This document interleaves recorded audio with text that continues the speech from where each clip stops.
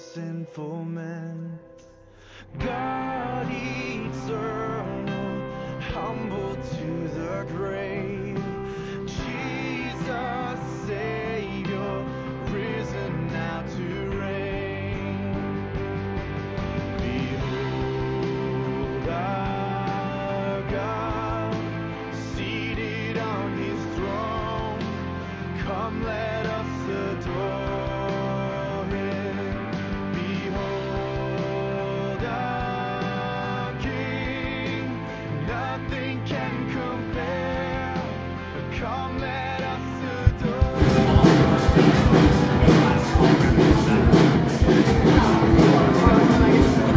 Welcome everybody to City on Hill Community Church. So glad to be out this morning. We're back on the road to City Stand, let's get ready to sing.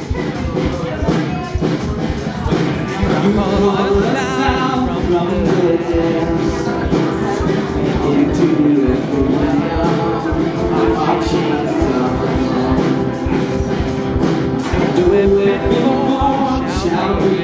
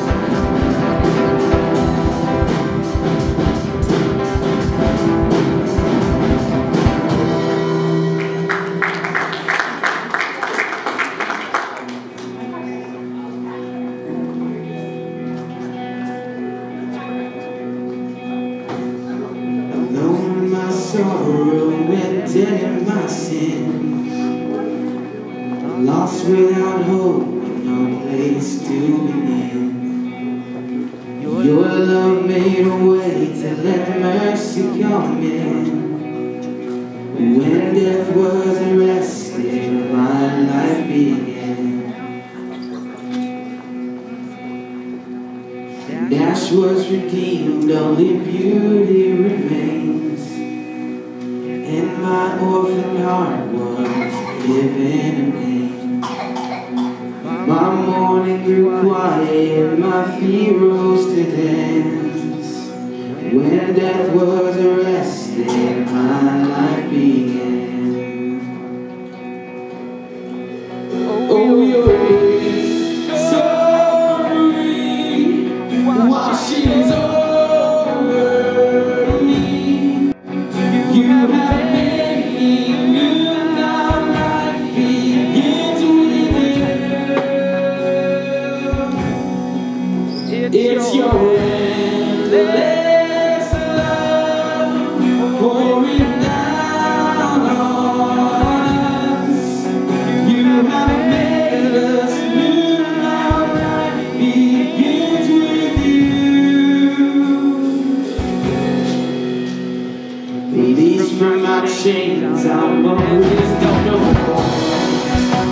My shame was erased.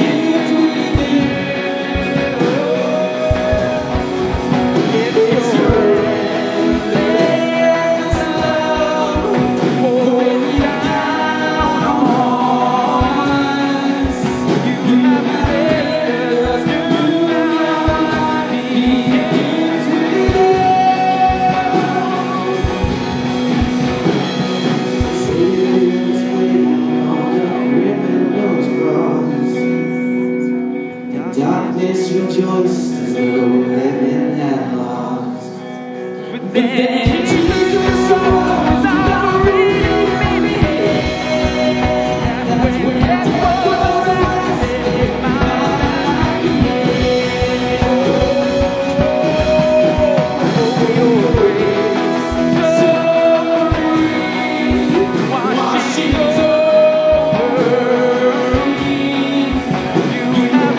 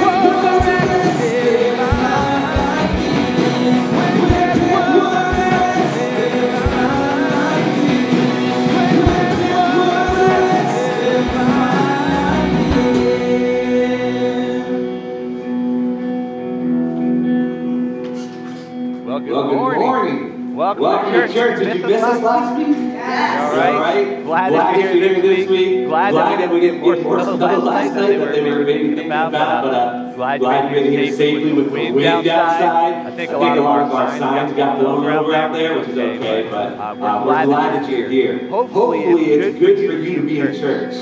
My prayer is that when you walk in these doors, you feel at home, you feel fulfilled, you feel like rejoicing and celebrating all those things. We're glad that you are spending your Sunday with us. I was thinking this past weekend there were a bunch of marches going on in D.C. There was the March for Life on Friday and then the Women's March yesterday. And as a pastor, I think it's important that I don't make political statements from the stage because one, it's a lose-lose, and two, I'm not up here to preach politics. I'm up here to preach the Word of God and the Word of God only.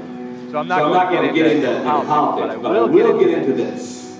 The only thing that I will say is that we, as a church, stand for people.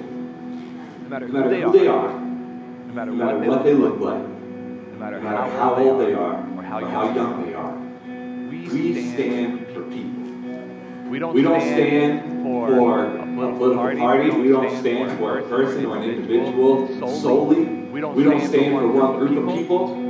We stand for everybody. And that's the message of the Bible. So no matter where you fall in your political view or your worldview, know this. We love you. We're glad that you're here. And you are welcome here.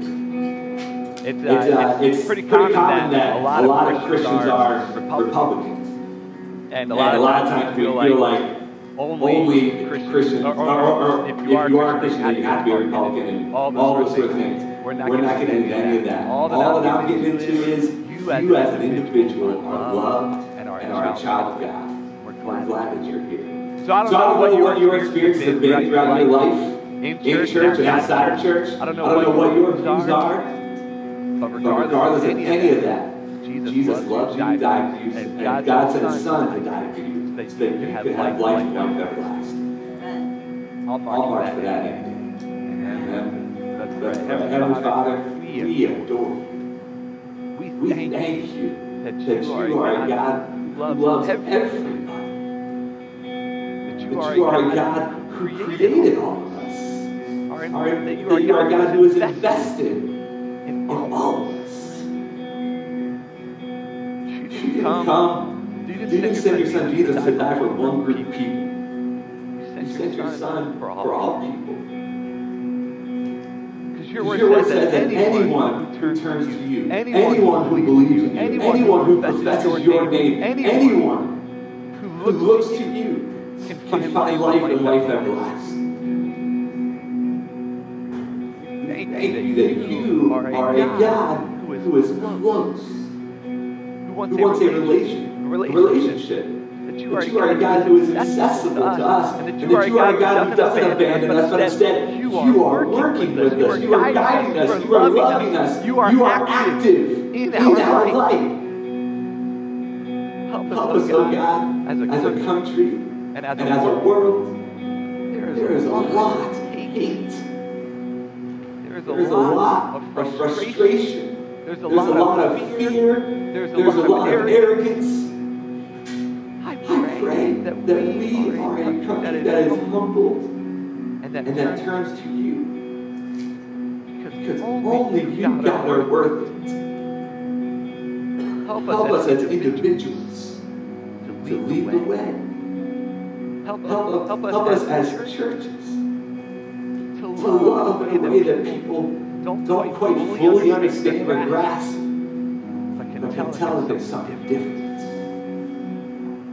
God, I pray that we stand for the oppressed. I pray that we stand for the lost. I pray that we stand for those who do not stand for themselves. God, we give you everything. God, as we get ready to collect this morning tithes and offerings, I pray that we know to put you first at all times. Help us, oh God, to keep our eyes focused on you. Pray this in Jesus' name. And all people said, Amen. You may take a seat as we receive the morning tithes and offerings. Ushers come forward. Thank you.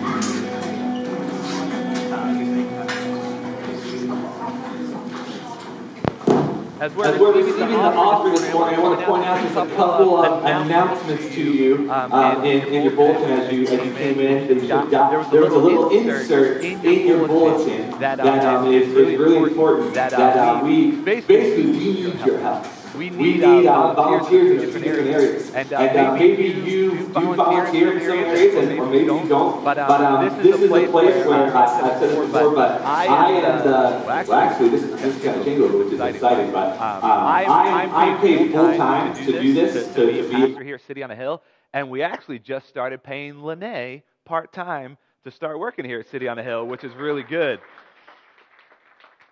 And it's still not enough for what she does, but it's something. So that's a step in the right direction. So now, get that, you have 2 paid staff members here at City on the Hill, and then everybody else is volunteers. So with that being said, this is a church that is run by volunteers, and we need your help. So there's a little insert, and there are 3 ways where we really need some help. And if you are able to, it could be once a month, and anything helps. But you can look at those in your insert. We need help. We need a lot of help back in the children's area. Then we also need help with setup and tear down. We need help with our AV team. So there's a bunch of different areas, and there's more areas than that. But those are the main areas that we really need your help. So if you are able to serve in any area and you want to find out some more information, you're like, I know a little bit about how to run a camera. I know a little bit about hanging out with kids and teaching them about Jesus. Then just mark on there, turn it in at the welcome table before you leave, and let us know, and then that would be a huge help to us. One thing that's really cool is happening today is this something that's going to happen the 3rd Sunday of every month. We have teenagers that we love at City on the Hill. We're a church for all ages.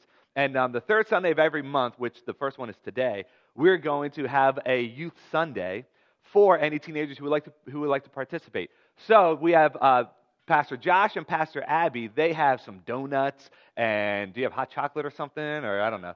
Donuts, sorry. I don't want to promise anything you don't have. But there's some donuts, and you are invited to go and spend some time in one of these rooms back there. So if you're a teenager and you would like to go and do that, you are welcome to make your way out and head over there now. Josh is in the back if you have any questions, but that's going to be the 3rd Sunday of every month. So you can invite your friends to that and know that we will always feed you.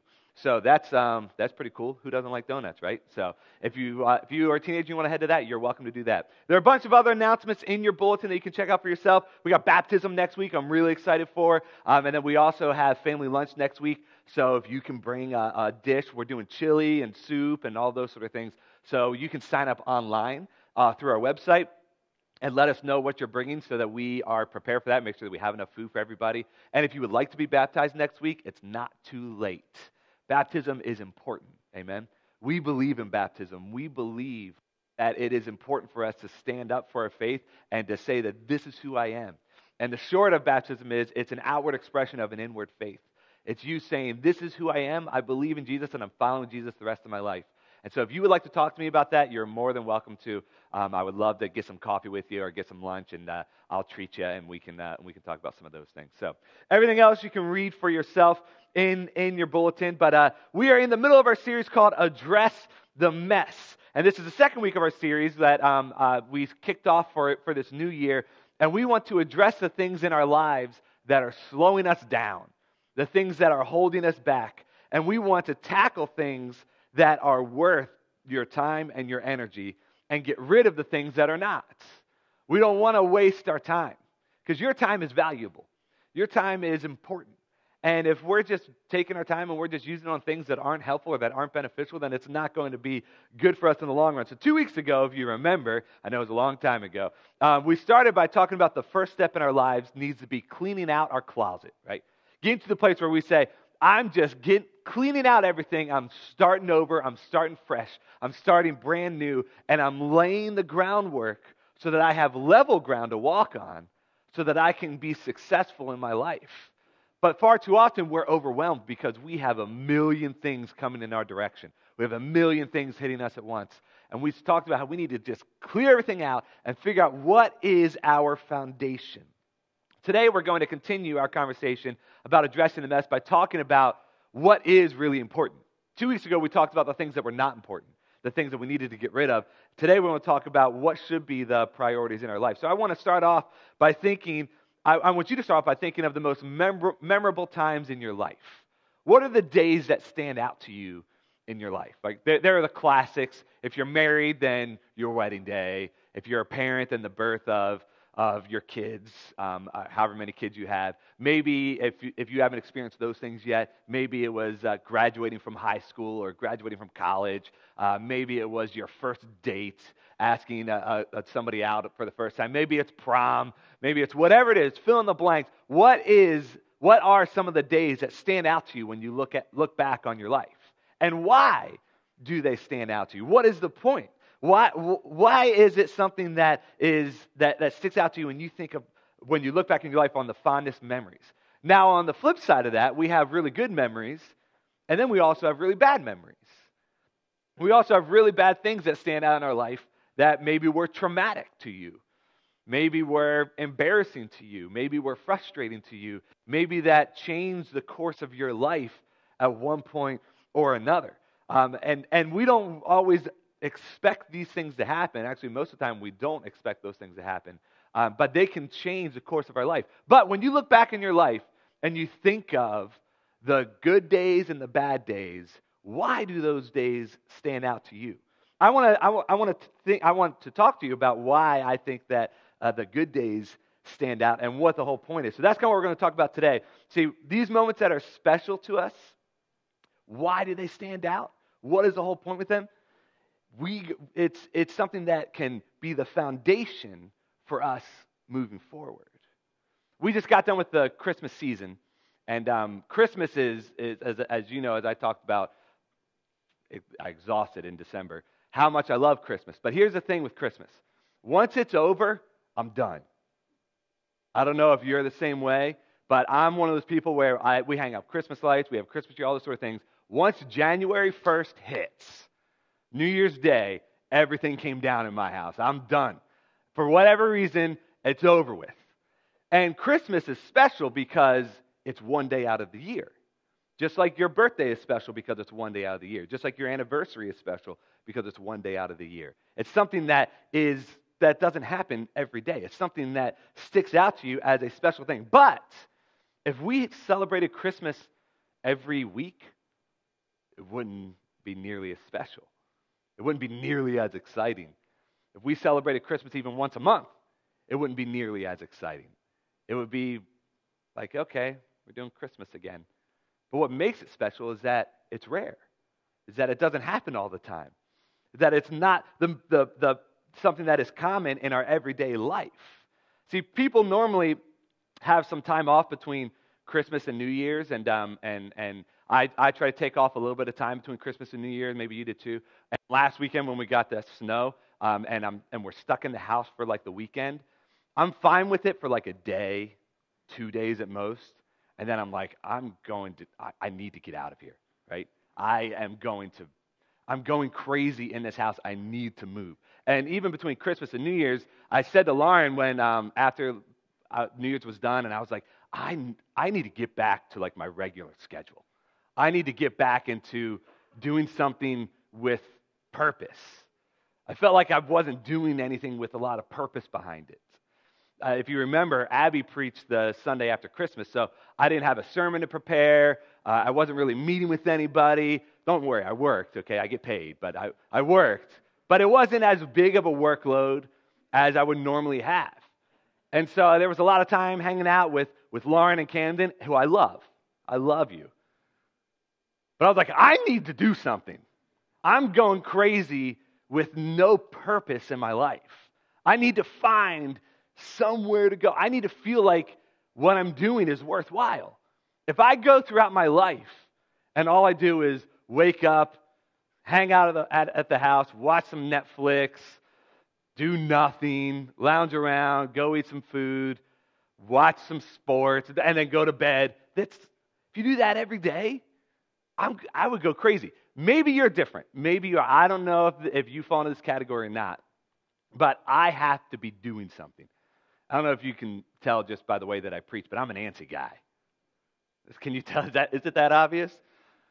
Josh was making fun of me this morning with my hand that because I do this all the time, but anyways. So I'm an antsy guy. I'm a fidgety person, so I can't sit there for too long. And so if I don't feel like there's purpose behind something that I'm doing, then I can feel down. I feel off. I feel like there's something missing in my life. I feel lazy, and it drives me crazy. Now, maybe you are so overworked that you're like, oh, I wish I could have a day like that. And that's not what I'm talking about. I'm talking about living your life like that. I'm talking about if every day you did the same thing over and over and over and over again. Because if we go through this life and we don't feel purpose, then we will feel like a mess. We will feel, ugh. It'll be weird. It'll be off if there's no purpose in your life whatsoever. And really, this is the age-old question.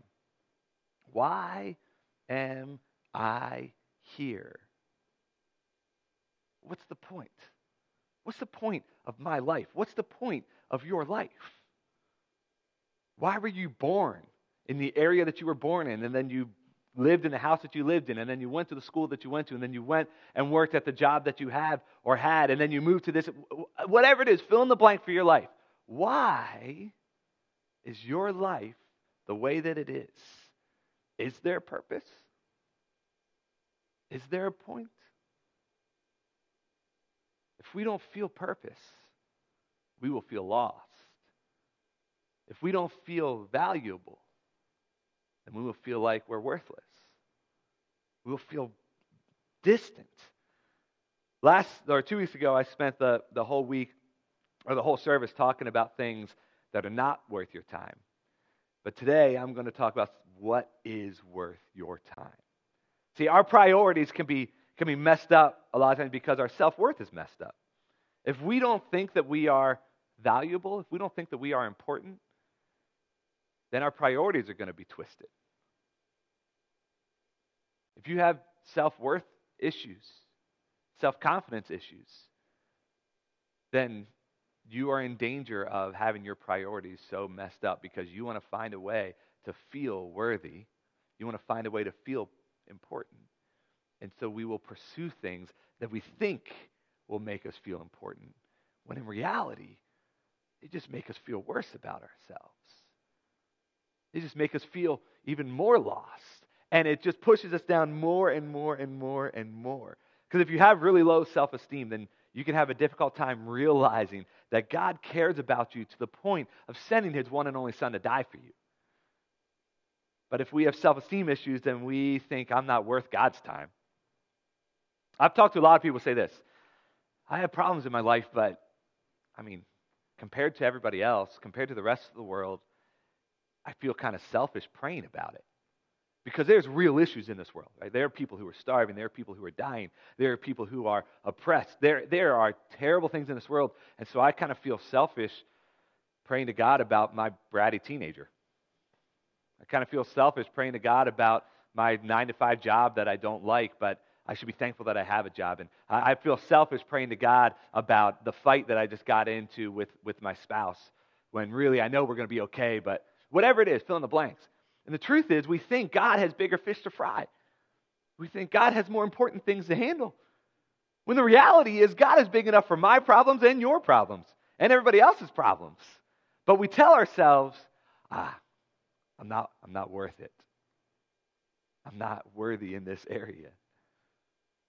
Or on the flip side, maybe you view yourself better than everybody else.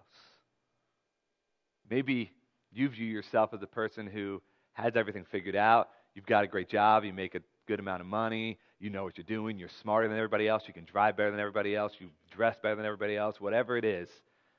And maybe your self-worth is off to the point where you kind of think too highly of yourself. We do that, where we just look down on everybody else. If I'm in a bad mood, I find that when I encounter any stranger, I'm just like, that person's stupid, right? I don't know if you do that or not. That person has no idea what they're doing, even though I don't even know what they're doing. Because we can get to the place where we just think, I'm better than everybody else. Here's just a side note. If you think that you have everything figured out in your life, then that would then make you God. And I don't know anybody in this room that would claim that. But the reality of it is, we all believe in something and live our life in a way that's a little off. Nobody's got it perfect. Nobody's got it all figured out. And we have to get to the place where we realize as individuals, you know what? Maybe I'm wrong. But that's a whole nother sermon for a whole nother time that we can get into. But the first step in getting our priorities in line is realizing this. We are children of God, no matter who you are. If your self-esteem is low, I'm here to tell you that you are loved and cared for, as we've already talked about this morning. If you think too highly of yourself, you need to get off your high horse and realize we're all in this together, and that you're no better than the person sitting next to you, in front of you, behind you, wherever. We're all in this together. And humility is the first step in realizing the potential that we have with Jesus Christ. But if you're not a humble person, eventually you will be humbled. Guarantee it. So, our priorities. What are we called to do? Where are we supposed to go? We're going to look in the book of Matthew chapter 6. If you've got your Bibles with you, open them up. If not, it'll be up on the screen. But Matthew chapter 6. And we want to look at what Jesus is telling us about our priorities. Matthew chapter 6, starting in verse 25 through verse 34. It says this: "Therefore, I tell you, do not worry about your life, what you will eat or drink, or about your body, what you will wear. Is not life more important than food, and the body more important than clothes? Look at the birds of the air. They do not sow or reap or store away in barns, and yet your heavenly Father feeds them. Are you not much more valuable than they? Who of you, by worrying, can add a single hour to his life?" And verse 28, "And why do you worry about clothes? See how the lilies of the field grow? They do not labor or spin, yet I tell you that not even Solomon in all his splendor was dressed like one of these. If that is how God clothes the grass of the field, which is here today and tomorrow is thrown into the fire, will he not much more clothe you, O you of little faith? So do not worry, saying, what shall we eat, or what shall we drink, or what shall we wear? For the pagans run after all these things, and your heavenly Father knows that you need them. But seek first his kingdom and his righteousness, and all these things will be given to you as well. Therefore, do not worry about tomorrow, for tomorrow will worry about itself. Each day has enough trouble of its own." This is a passage that, if you've been in the church, I'm sure you've heard before. But this, honestly, I think we can't hear enough. So what are the first steps in prioritizing our life? In addressing the mess, clearing out our closet, what's the next step? Where do we go from there? Do this. Choose Jesus every day. Choose Jesus first. Bottom line. That's the foundation. That's where we start from. Start with Jesus. Seek first his kingdom and his righteousness. See, if you've been in church for a while, then this is not new information to you. I realize that. But it may be the reminder that you need in your life. This is never a bad reminder. To realize that this is a starting point. We're so worried about finishing that we're not focusing on starting. We're so worried about the end result that we're forgetting how we're going to get there. That we're stepping over the starting line. We're just going right past it, and we don't even realize it. I want you to think of your typical daily routine. In your head right now, what does it look like? I realize that maybe not every day is the same, and that's fine, but your typical daily routine. What do you do when you get up? You brush your teeth, you use the bathroom, you shower, you drink coffee, you eat breakfast, you get dressed, maybe not in that order, I don't know. You go out the door, you go to work, maybe you stop at Dunkin' Donuts on the way or Starbucks. Maybe on the way home you stop at Dunkin' Donuts or Starbucks. I don't know. What does your typical day look like? You come home, you cook dinner, you pick up your kids from school, you pick up your kids from daycare, you hang out with friends, whatever it is, whatever your daily routine is, you know it. I don't know it. I know mine. but I don't know yours. Then the question to ask yourself is, where is Jesus in it? Where does he fit in? Not where you think he could fit in. Where does he fit in? Because if there is no planned space for Jesus, then there will be no Jesus in your day. That's guaranteed. But if we start with choosing Jesus, seeking him first, including him in your daily life. And this is really good. This is good for all people, but especially if you struggle with worrying and anxiety, listen to me.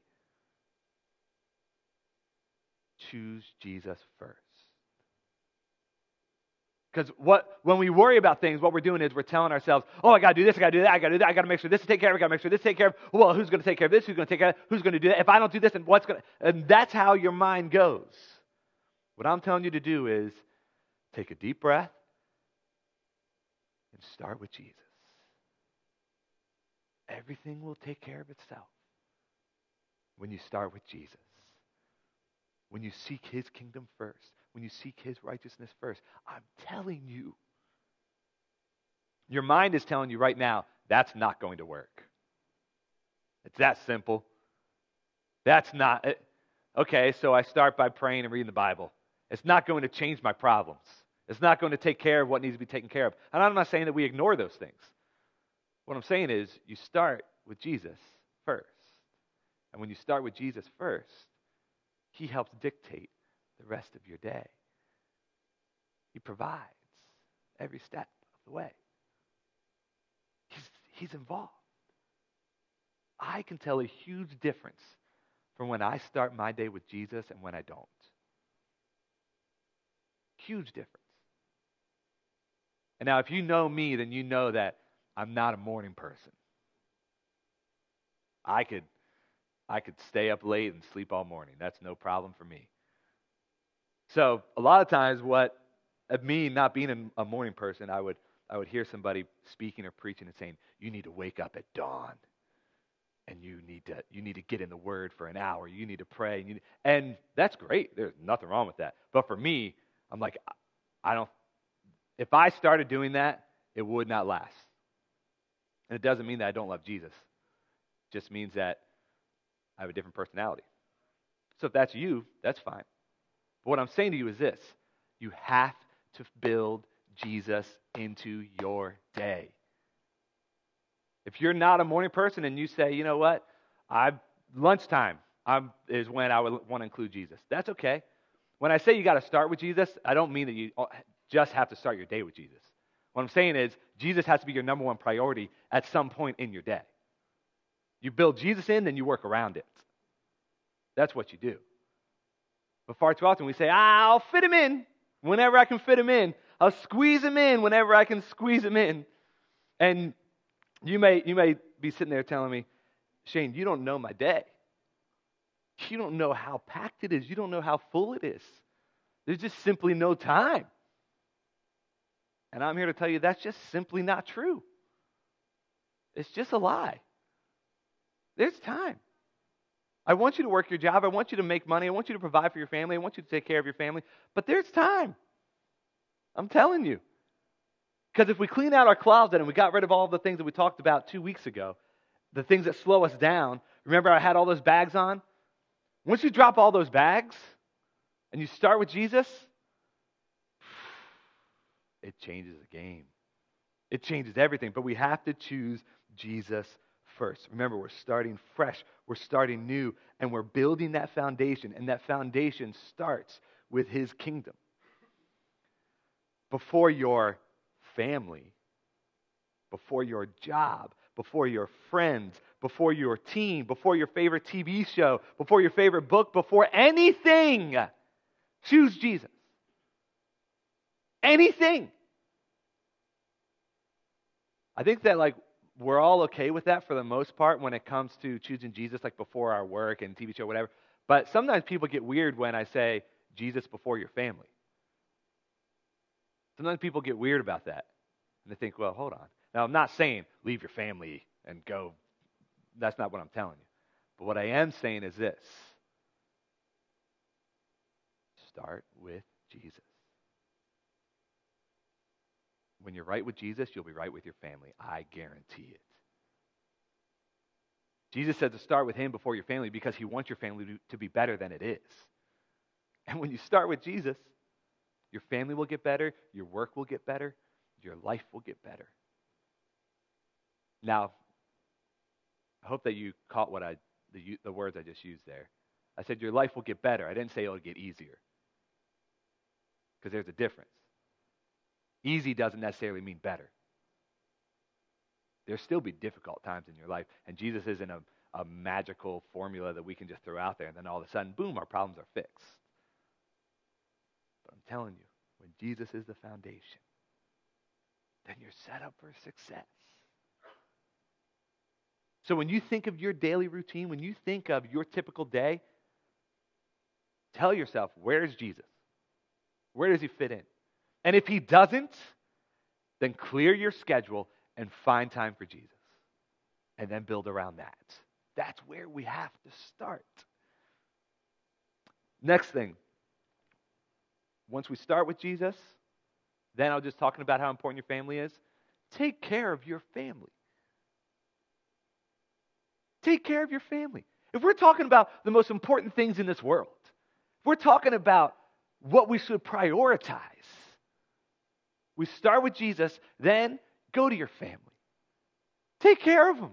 Spend time with your family. Spend time with the people that you love. Paul said this to Timothy. He wrote a letter to Timothy, 1 Timothy 5. It says, give the people these instructions too, so that no one may be open to blame. If anyone does not provide for his relatives, and especially for his immediate family, he has denied the faith and is worse than an unbeliever. That's what he says. Worse than an unbeliever. If we ignore our family, if we push our family to the side, we are worse than an unbeliever. Do you know what the dangerous part about being a pastor is? See, I've already talked about a lot of times being a pastor means a lot of people are egomaniacs who are pastors. Got to be a couple screws loose to do this. But we think that this is so important, which it is. My job is extremely important because you're extremely important. But we think I'm doing God's work. And so since I'm doing God's work, nothing else is going to stop me. So I'm going to dedicate hours and hours and hours and hours and hours and hours and hours and hours and hours and hours and hours. And some of the people who are the most guilty of ignoring their family, some of the people who are most guilty of that are pastors. Because we think we have this higher mission that is so important and so valuable. And Lauren, you can wait. Camden, you can wait. People close to me, you can wait because I'm going and doing God's work and I'm saving people from hell and I'm helping people know Jesus. And this is what can go on in our heads and maybe in your head too as a Christian. And we ignore the people that we're supposed to take care of first. My friends, I'll tell you this. I will never apologize for putting my family before you. I'll never apologize for it.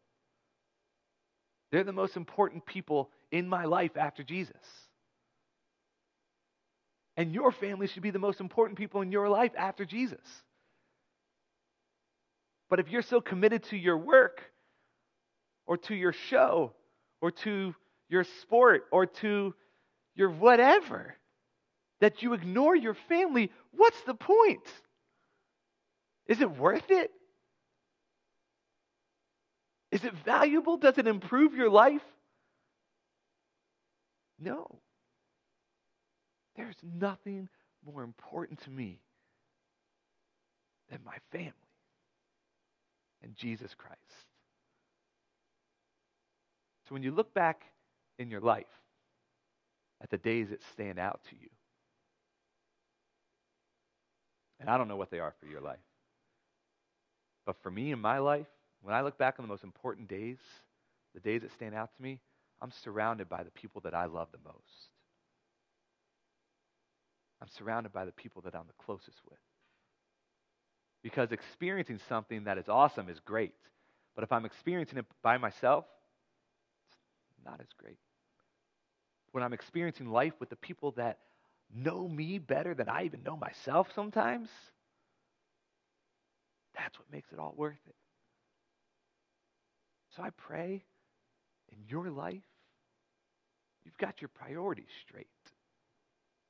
I pray that you will put other things to the side to pursue Jesus and then to pursue your family, because you won't regret it. I have a little illustration. I know I did an illustration a couple weeks ago, but I got these couple vases here. Okay, I'm going to show you this. You may have seen this before. I didn't come up with this. I stole this, just so you know. I'll be honest with you. So we got this vase, right? And this represents the time you have in your life, what you do throughout your day. You only have so many hours in a day, so many hours in a week, so many days in a year, all those sort of things. This represents the amount of time that you have. And what we do is we start by filling our life with things that aren't worth it. So I got this rice here. And it's all the little things. We think that these little things won't really affect our day that much. But in reality, it's the little things throughout our day that build up that take away our day. It's the little things that distract us. And we have things like hanging out with friends, watching Netflix, surfing the internet on Amazon Prime Day, playing video games, all these sort of things that goes into our life, and it fills up part of our life. And then we have the next things that are a little bit bigger, a little bit more important, things like your job, things like making sure that you get your homework done, or school, or things that are important that you are committed to, because I'm a big believer, Tim, if you make a commitment, then you should follow through with it, right? And so these are things that you shouldn't just necessarily ignore, but we say, okay, I got to take care of all of these things first. Little things that don't really matter, but I just want to get them out of the way. Big things, job, work, those sort of things that are important. They're valuable. We put them all in here first. And then we have these golf balls. And we think, these are the really important things. Your relationship with Jesus Christ, your relationship with your family, the people that you care about most, the most important things in your life. And we try then after, oh, there goes the ball. Someone grab that for me. Thank you. We try to fit these in. Thanks, Kira. We try to fit these in, and there's just not enough room. We think, okay, and then that's when we feel overwhelmed. All of a sudden, our life, it feels like it's just constantly teetering on the edge, and there's no way, there's no room for Jesus, there's no room for the people that you care about, there's no room for the people that you love the most, there's no room for the important things in your life. Because it's switched. Our priorities are off. But if we take the most important things and we start with those in the foundation, your relationship with Jesus, your family, the people that you care about most, really, what are the important things in your life that you have to determine? We start with those first. Then we got the rest of this. And we think, okay, this will take care of itself. This will all take care of itself. I need to focus on my foundation. Then we start adding a little bit in. A little bit at a time. We got our foundation already. We got the places in our life that are the most important. All these little things then that we can fill in around the foundation of your family and the foundation of Jesus. And we're getting there, we're thinking, okay, I can handle this a little bit more. We'll go in. And the next thing that we know, we can fit the things that are most important. And the things that don't fit are not worth your time. It doesn't matter. But when you start with Jesus as the foundation, everything else will take care of itself. Everything else will be fulfilled. But you have to get your priorities straight. It's where it starts. So I'm going to invite the worship team up, and we're going to close by singing a song. And as you think about your life, as you think about your daily life, and you think about what you fill it with, question I wanted you to ask yourself is it worth it? Is it worth the time? Is it worth the effort? Are you doing enough to pursue the Savior of the world and the things that are most important? It starts here. Don't let other things bring you down or slow you down. There's too much on the line. When I get to the end of my life, I love all of you in this room, but the people whose opinion I will care about the most are the people who knew me the best. That's what I'll care about. And that's what you'll care about. So if we're ignoring those relationships now, what are we even doing? Live your life with purpose. Amen? Let's stand and let's sing.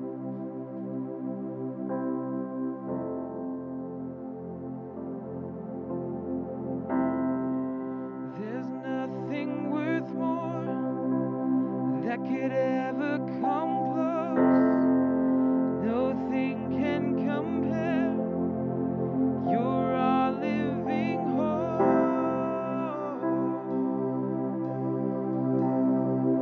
Your presence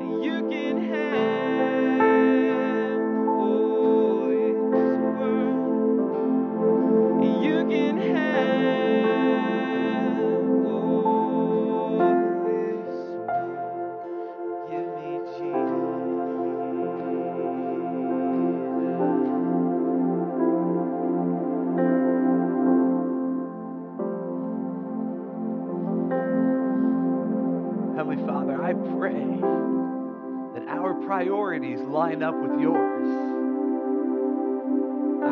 I pray that our priorities are in line with people. Loving people and loving God. I hope that everybody in this room can recognize the most valuable things in their lives and pursue that. But it starts with you, Jesus. It starts with you, oh God. I want you first before anything else. God, we give you our entire lives. Take over. As we clean out our closet and build the foundation, take over. We only want more of you. God, thank you for the opportunity that we have to choose you every day, which is not an obligation, but it's the best way possible to live this life. As we go, help us to not be distracted by anything else, but instead I pray that we look to you at all times and we remain focused.